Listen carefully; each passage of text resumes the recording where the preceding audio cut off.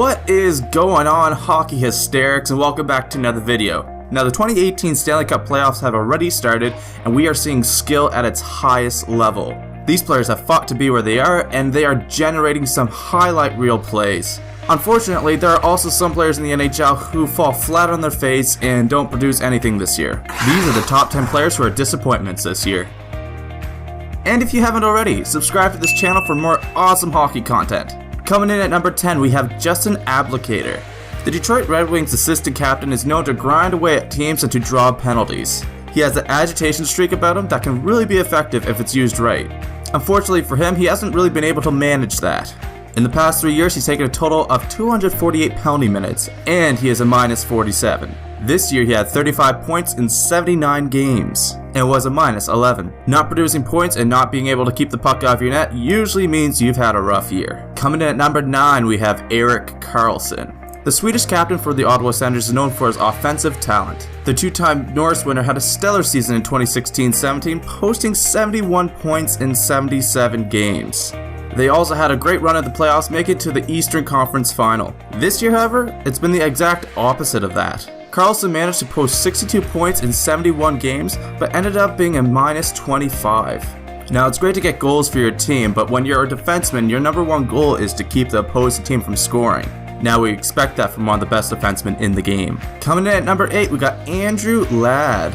The ex-Jets captain was supposed to bring a hard-nosed, crash-the-net type style to the Islanders. He, however, has not been able to do any of that ever since coming to the team. Posting 29 points in 73 games, you expect more from him. But seeing as he's already on a decline in his career, can you expect anything more from Andrew Ladd next year? Number 7, Cam Talbot. Now, at the beginning of the year, no one really expected Cam Talbot and the Edmonton Oilers to have such a poor record. It is fair to say that the Edmonton Oilers fans were expecting a lot more from their team and their goalie. Talbot, who once put up a .941 save percentage with the New York Rangers, posted a .908 with Edmonton this year.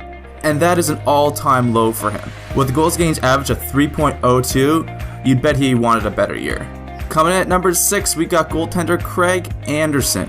Now, the second and last goalie on this list, Craig Anderson looked poised to get back into the playoffs this year. Coming off that amazing 2017 Stanley Cup run, you expect him to have another push. However, in Craig Anderson's case, nothing was really further from the truth. Anderson struggled severely this year, posting a .898 save percentage and a 3.32 goals against average.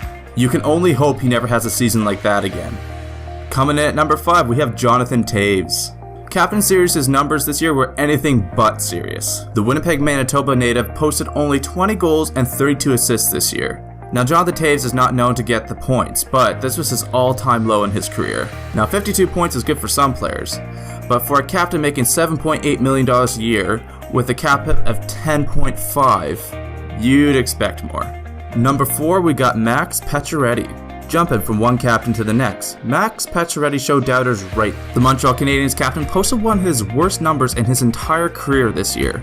Finishing with 17 goals, 20 assists, and 37 points is disappointing to say the least. The projected scoring winger definitely needs to step up next year, but saying that he won't play with the team unless he wears a C kinda puts more doubts in your mind. It also makes you wonder where his head really is. At number 3, we got Duncan Keith. The all-star defenseman put up 32 points in 82 games this year. Now, that's not awful for a defenseman, and you expect them to be better in their own end anyway. Except Keith wasn't, being a dreadful minus 29. No way you look at it, that number just jumps off the page. Coming next year, you hope Keith and the Blackhawks have a turnaround year. At least, you hope. Number 2, we have Travis Hammond. Hammond was the most sought-after right-handed defenseman in the free agency at the beginning of the year, and he looked to be the final piece for the Calgary Flames. The Flames and Hammond expected to have a breakout year, being contenders for the Cup. Except it wasn't meant to be. Hammond and the Flames completely missed the playoffs this year by having a brutal second half. Hammond produced only 11 points, was a minus 9, and took 79 penalty minutes in 74 games. Definitely not what the Flames were expecting at the beginning of the year. Coming in at number 1, we have Milan Lucic. Lucic is probably the most paid enforcer in NHL history. The Oilers signed him to a $6 million deal in 2016, and it's already looking really bad.